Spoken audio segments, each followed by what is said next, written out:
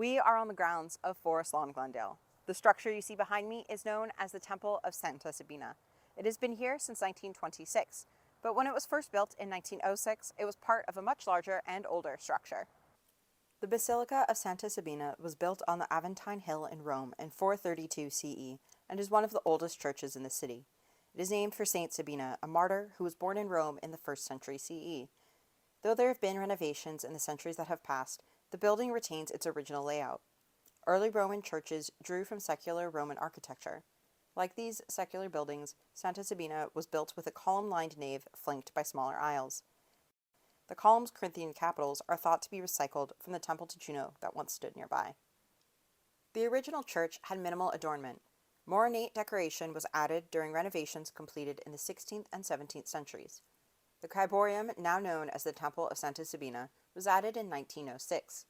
The ciborium is a freestanding structure built over an altar in a church. It shelters the high altar and adds to the ceremonial air of the priest's actions.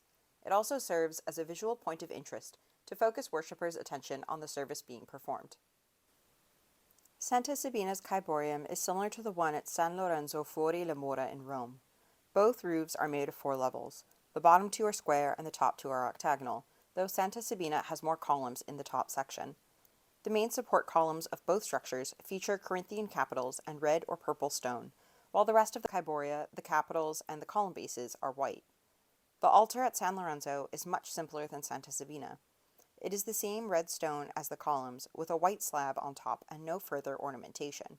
Santa Sabina's altar features 2 figures, a man wearing a crown and a woman swathed in voluminous fabric. Both hold palm branches, a symbol of martyrdom. The man is unidentified, but the woman is likely Santa Sabina. The ciborium of Santa Sabina is also reminiscent of an example at the Metropolitan Museum of Art, which was originally from the Church of Santo Stefano near Rome. This ciborium is dated to about 1150. There's a mosaic frieze along the lowest level of the Met's ciborium. Inlaid hardstone and gold glass pieces form a geometric pattern. This style and pattern was popular in the 12th century and is called cosmatesque, after the Cosmati family.